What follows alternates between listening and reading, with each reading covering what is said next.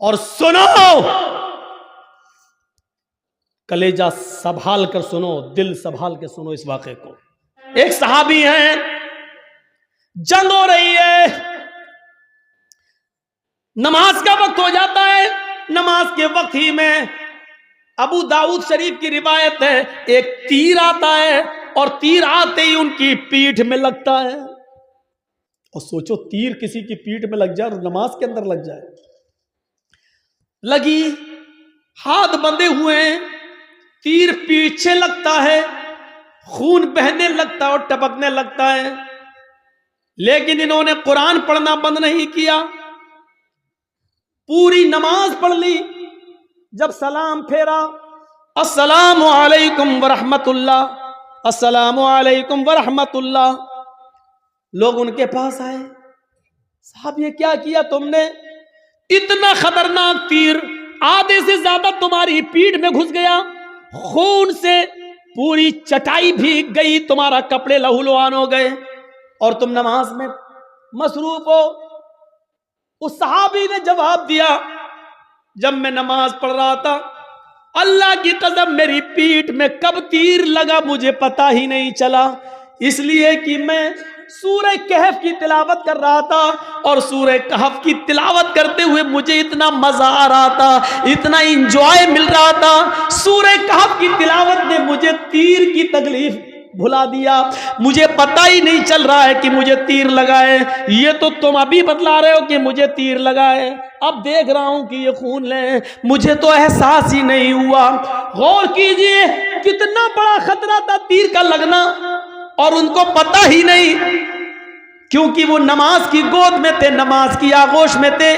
سوچو میرے پیارے ساتھیو، آج ہماری بھی نمازیں ہیں، ہم پڑھتے ہیں اور ایک چھوٹا سا مچھر کاٹ لے تو ہم جلدی سے گال مسلنے لگتے ہیں، مچھر مارنے لگتے ہیں، اس لیے کہ ہمیں قرآن کی تلاوت میں مزہ ہی نہیں آتا ہے۔ وہ کہہ رہے ہیں کہ ہم ایسے سورہ کہف پڑھ رہے تھے، سورہ کہف کی تلاوت میں مجھے اتنا مزہ آ رہا تھا، اتنا انجوائے آ رہا تھا کہ مجھے پتہ ہی نہیں چلا کہ مجھے کب تیر لگا۔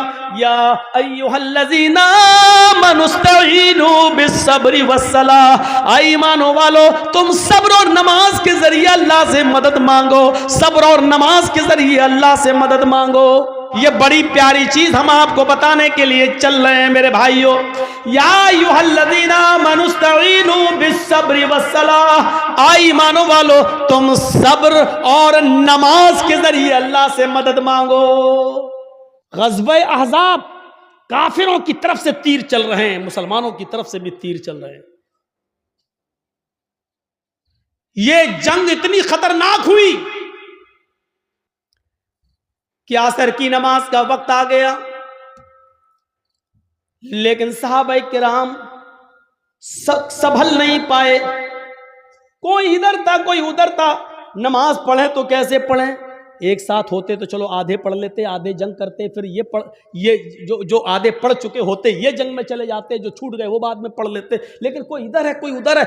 یہ عصر کی نماز کا وقت تھا، عصر کی نماز کا وقت، اللہ کے رسول نماز پڑھا نہیں سکے اور صحابہ ایک ساتھ جمع نہیں ہو سکے، کوئی ادھر سے تیر چلا رہا کوئی ادھر سے تیر چلا رہا ہے، لیکن تیر چلاتے چلاتے چلاتے چلاتے مغرب کا سورج جو ڈوبتا ہے مغرب کی نماز کے لیے، سورج کے ڈوبنے سے، سورج کے غروب ہونے سے تھوڑی دیر پہلے صحابہ کرام نے اس جنگ پر کامیابی حاصل کر لی، یعنی کافروں کو ہرا دیا۔ لیکن عصر کی نماز کا وقت نکل گیا۔ سنیے، عصر کی نماز کا وقت نکل گیا تھا، جلدی سے وہیں صحابہ نے تیمم کیا اور وضو بنا، تیمم پانی تو تھا نہیں، جلدی سے تیمم کیا اور نماز پڑھنا شروع کر دی۔ سورج ڈوبنے سے غروب ہونے سے پہلے پہلے اللہ کے نبی نے اور صحابہ نے عصر کی نماز پڑھ لی۔ صرف وقت نکل گیا، جو پڑھنا چاہیے تھا پونے، ہم لوگوں کے یہاں کتنے بجے ہوتی ہے عصر؟ آپ کے یہاں کتنے بجے ہو رہی ہے عصر؟ 2:45 پر؟ ہاں کہیں 3:30 پہ بھی ہو رہی ہوگی، ہم 3:15۔ آپ کی مسجد میں کتنے بجے ہو رہی ہے؟ 3:15۔ اب 3:15 کی جگہ پر کوئی آدمی 5:15 پہ نماز پڑھے تو وقت نکل گیا ہے نا اس کا، عصر کا۔ مان لیجئے 5:30 پہ سورج ڈوب رہا ہے اور 5:15 پہ آدمی نماز پڑھ رہا ہے، تو سورج ڈوبنے سے پہلے ہی تو پڑھ رہا ہے، وہ سورج غروب ہونے والا ہے، جلدی سے اللہ کے رسول نے اور صحابہ نے تیمم کیا اور نماز پڑھ لی، اور پڑھنے کے بعد جو جملے کہے وہ سنو، جو جملے کہے ان کافروں کے لیے وہ سنو. ملأ اللہ بیوتہم وقبورہم نارا کما حبسونا وشغلونا عن الصلاة الوسطی. بخاری شریف کی حدیث کے الفاظ ہیں. اللہ کے نبی فرماتے ہیں الہ العالمین، جن کافروں کی وجہ سے آج ہماری عصر کی نماز کا اول وقت نکل گیا،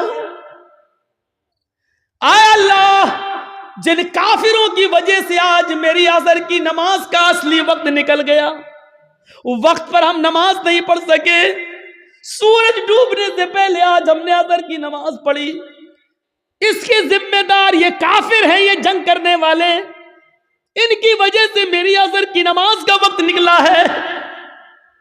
ملأ اللہ بیوتہم، اے اللہ ان کے گھروں کو تو آگ سے بھر دے، اے اللہ ان کے گھروں میں آگ لگا دے، اے اللہ ان کے گھروں میں تو آگ سے بھر دے.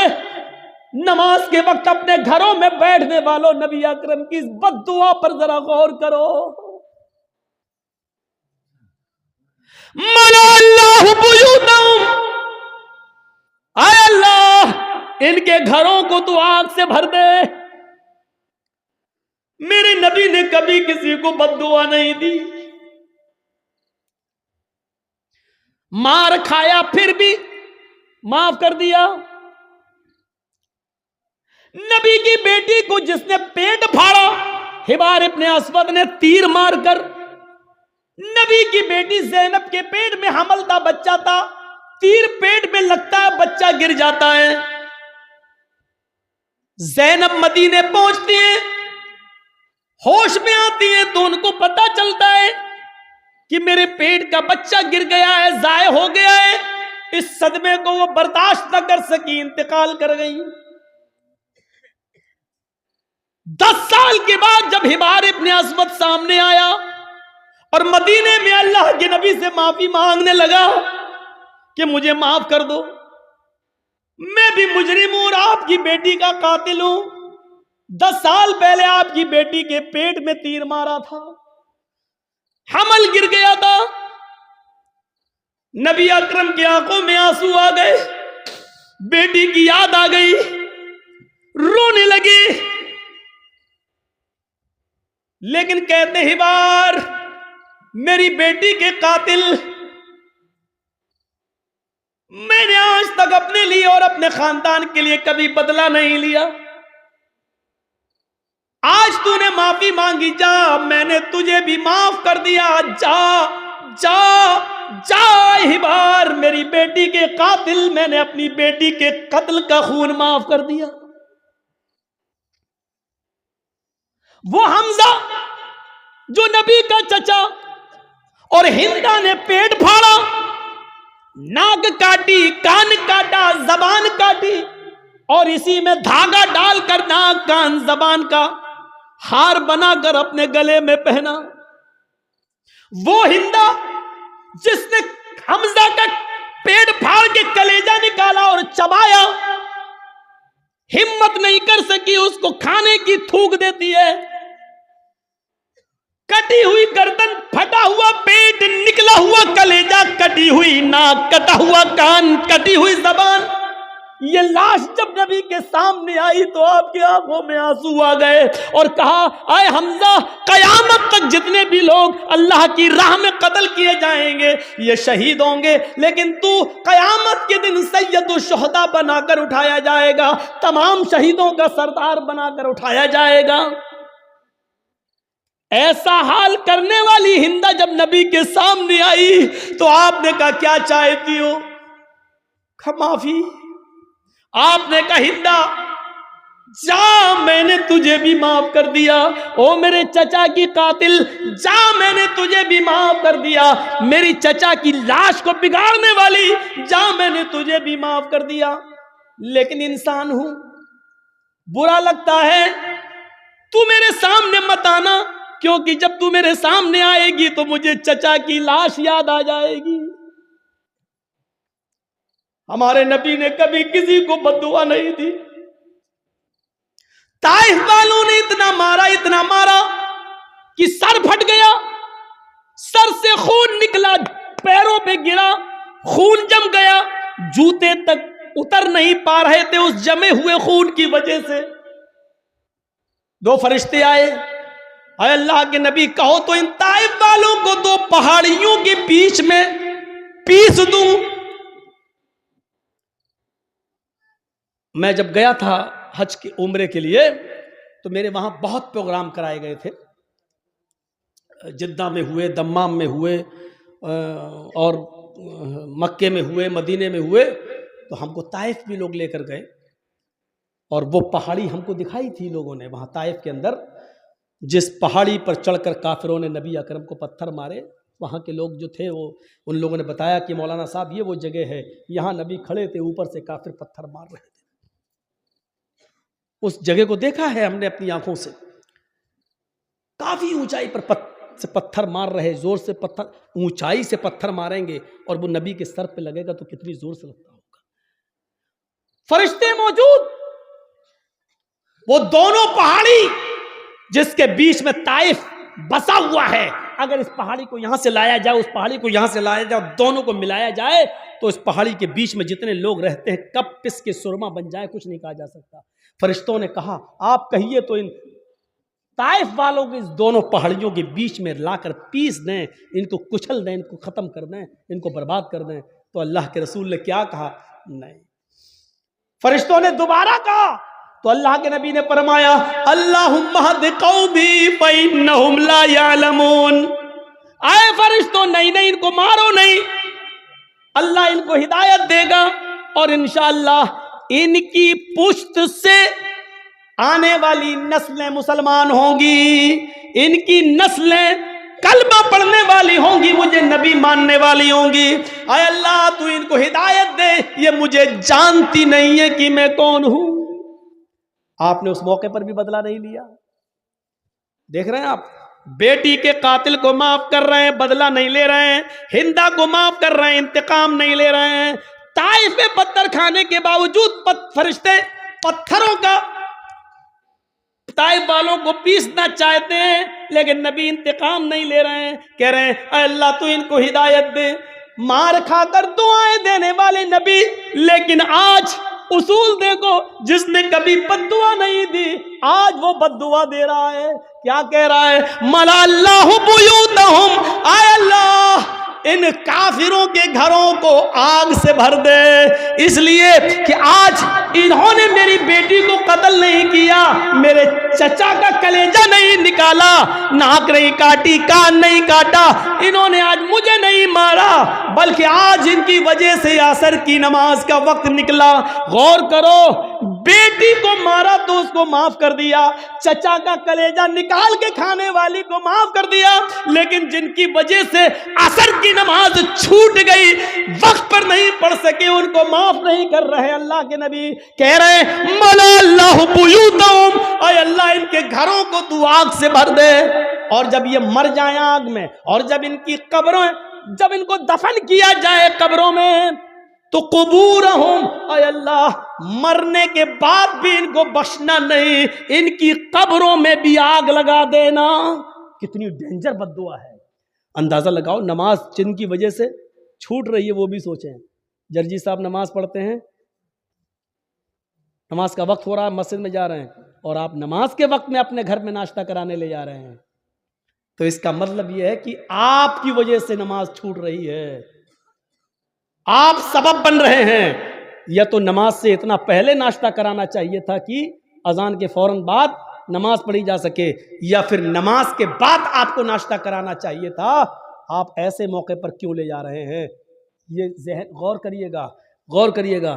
وہ جنگ ہو رہی ہے، اللہ سبب مت بنیے کسی کا، آپ خود نماز پڑھنے رہے، دوسرے کی بھی نماز چھڑوا رہے ہیں آپ، یہ ایک اور گناہ ہے۔ کافر تو ویسے ہی جہنمی ہے، لیکن اللہ کے رسول صلی اللہ علیہ وسلم کیا کہہ رہے ہیں؟ اے اللہ ان کے گھروں کو آگ سے بھر دے۔ اور مرنے کے بعد جب یہ قبر میں دفن ہوں تو ان کی قبروں کو بھی تو آگ سے بھر دے. کما حبسونا وشغلونا عن الصلاۃ الوسطی، کیونکہ آج ان کی وجہ سے میری عصر کی نماز چھوٹ گئی. اوفو، ایک وقت کی نماز، اور وہ بھی چھوٹی نہیں، پڑھ لی. مغرب کے بعد نہیں پڑھ رہے ہیں، مغرب سے پہلے ہی پڑھ رہے ہیں، لیکن اصل وقت نکل جانے کی وجہ سے اب ہم اندازہ لگائیں ہم کہاں کھڑے ہیں. مولانا جرجی صاحب، آپ چاہے کتنا بول لو نماز کے اوپر، صبح فجر کی نماز میں ہم پھر نہیں آئیں گے، گھر میں سوتے رہیں گے. ہم تو بڑے باپ کے بیٹے ہیں، ہمارے اوپر تو کسی کی تقریروں کا اثر نہیں ہوا. 80-90 سال کے بزرگ علماء آئے، ان کی نہیں مانی، تم تو کل کے لونڈے تمہاری کیا سنیں گے؟ تمہارے جیسے 336 مولوی روز بولتے ہیں، کسی کی نہیں سنی ہم نے، تمہاری کیا سنیں؟ اس تقریر کے ختم ہونے کے بعد پھر بھی فجر کی نماز میں اگر ہم نے جماعت کے ساتھ نماز نہیں پڑھی تو لکھ لو آپ اپنے جلسہ کرانے میں ناکام ہو گئے. سوچ لو، آپ کو کوئی کامیابی نہیں ملی جلسہ کرانے کی. اگر تقریروں سے ایمان میں تازگی پیدا نہ ہو، مسجدوں میں نمازیوں کی تعداد نہ بڑھے تو بیکار ہیں ایسے جلسے. اس سے بہتر تھا کہ عشاء کی نماز کے بعد آپ سوتے اور فجر کی نماز سے پہلے آپ اٹھ کر فجر کی نماز پڑھ لیتے جماعت کے ساتھ. یہ آپ کے لیے تقریر سننے سے بہتر ہوتا. ایک صحابی رات بھر نماز پڑھتے رہے، اللہ اکبر، دعا مانگتے، پھر نماز پڑھی، دعا مانگتے رہے، نماز پڑھی، نماز پہ نماز، سجدے پہ سجدے، عشاء سے لے کر فجر تک برابر نماز پڑھتے رہے. نیت تھی فجر کی نماز پڑھ کر سوئیں گے، لیکن تھوڑی دیر پہلے، فجر کی نماز سے تھوڑی دیر پہلے ان کی آنکھ لگ گئی. اب سنو، فجر کی نماز سے تھوڑی دیر پہلے، بھائی رات بھر جاگ لیے تو تھوڑی دیر پہلے ایسے ویسے لیٹے تھے، چلو تھوڑا لیٹ جاتے ہیں، کمر سیدھی کرتے ہیں، ابھی اذان کا وقت ہونے والا، گئے کام سے. تھوڑی دیر کی بات آنکھ کھلی، مسجد میں نماز ہو رہی ہے، جلدی سے وضو بنایا، نماز میں شامل ہو گئے. جماعت تو مل گئی، دونوں رکعتیں مل گئیں، لیکن فجر کی نماز سے پہلے جو 2 رکعت سنت پڑھی جاتی تھی وہ نہیں پڑھ پائے. سن رہے ہیں؟ غور سے سنیے، وہ نہیں پڑھ پائے. فجر کی جماعت نہیں چھوٹی تھی، جماعت مل گئی. بھائی سو کے اٹھے، جلدی سے وضو بنائے، مسجد میں چلے گئے، نماز تو پڑھ لی، دونوں رکعتیں مل گئیں، لیکن سنتیں نہیں پڑھ پائے. بعد میں جب وہ سنتیں پڑھنے لگے، سنتیں پڑھنے کے بعد فرض نماز کے بعد جب اللہ کے نبی نے سلام پھیر دیا، سلام پھیرنے کے بعد دیکھا کہ وہ کوئی سنت پڑھ رہے ہیں. سنت کے بعد جب آپ نے ان کو بلایا، آپ نے ان سے کہا یہ بعد میں تم کون سی نماز پڑھ رہے تھے؟ کہا اللہ کے رسول وہ رات بھر نماز پڑھی تھی میں نے، عبادت کی تھی، اور فجر کی نماز سے تھوڑا پہلے مجھے نیند آ گئی، آنکھ کھلی تو میں نے جلدی سے وضو بنایا، مسجد میں آ گیا، جماعت کھڑی تھی تو جماعت کے ہوتے ہوئے ہم نے سنت نہیں پڑھی، پہلے جماعت پڑھ لی، بعد میں سنت پڑھ لی. تو اللہ کے رسول نے جو جواب دیا وہ سنیے. آپ نے فرمایا کاش تو پوری رات آرام سے سوتا، کاش تو پوری رات عشاء کی نماز کے بعد سے لے کر فجر تک آرام سے سوتا، گہری نیند میں سوتا، لیکن فجر کی نماز سے پہلے اٹھ کر وضو بنا لیتا اور فجر کی نماز سے پہلے 2 رکعت سنت پڑھ لیتا. اللہ کی قسم، فجر سے پہلے 2 رکعت سنت اگر پڑھ لیتا تو یہ 2 سنتیں تیرے لیے رات بھر کی عبادت سے زیادہ بہتر ہوتی.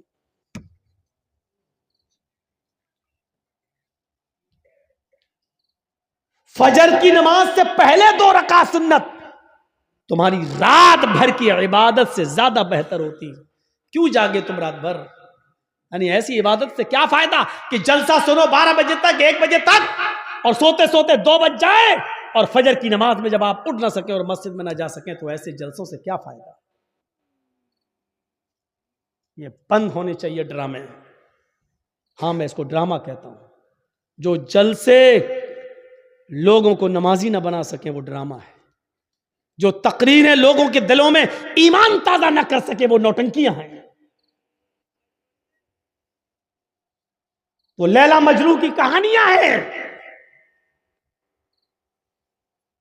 تصور کیجئے ہم کہاں ہیں، نماز کتنی ضروری چیز ہے ہماری سوسائٹی اور ہمارے سماج میں اور ہمارے لیے۔